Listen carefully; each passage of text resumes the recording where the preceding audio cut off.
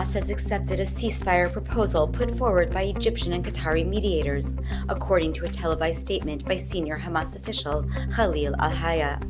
On Saturday, al-Hayya, who heads the group's negotiating team, said the proposal was received 2 days earlier and had been positively received. He urged Israel not to undermine the deal. According to Reuters, security sources say the proposal includes a transitional phase in which Hamas would release 5 hostages each week.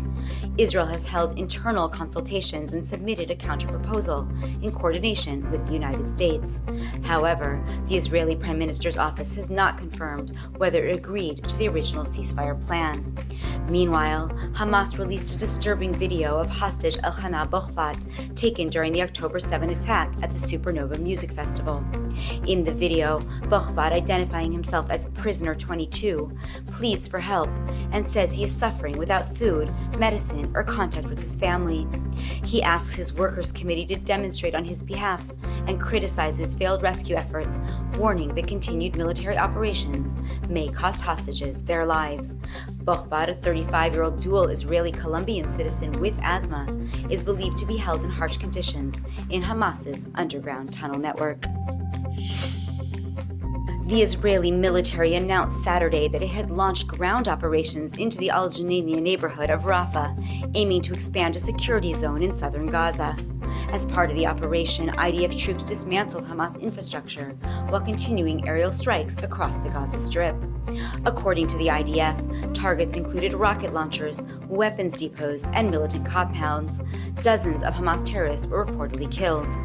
During the course of the operation, Israeli forces located remains and personal items linked to Manny Menachem Goddard, an Israeli-British citizen who was kidnapped and murdered by Islamic Jihad on October 7th. The findings were discovered at a Hamas outpost in Rafah and transferred to the National Institute of Forensic Medicine for identification.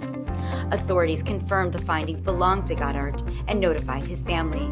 His full remains are still being held in Gaza. In a televised speech Saturday evening, Hezbollah's Secretary General Naim Qassem claimed the group had fully respected the ceasefire with Israel and accused the country of violating the terms. He rejected normalization efforts and vowed continued resistance, declaring that Israel will not be able to achieve its goals as long as the resistance, the people, and internal unity exist. The speech came after just a day earlier, Israel launched airstrikes on the southern Beirut suburb of Dahieh, the first major strike on the Lebanese capital since the November ceasefire with Hezbollah. The Israel Defense Forces said it targeted a drone storage facility used by Hezbollah's aerial unit 127. Prior to the strike, IDF Arabic language spokesperson warned civilians to evacuate, prompting scenes of panic as families rushed to pull children from nearby schools. The Lebanese government condemned the strike as a dangerous escalation. Earlier that day, rockets were fired from southern Lebanon into northern Israel. Hezbollah denied involvement. Prime Minister Benjamin Netanyahu warned that Israel would not tolerate such attacks on its territory and would respond with force wherever necessary.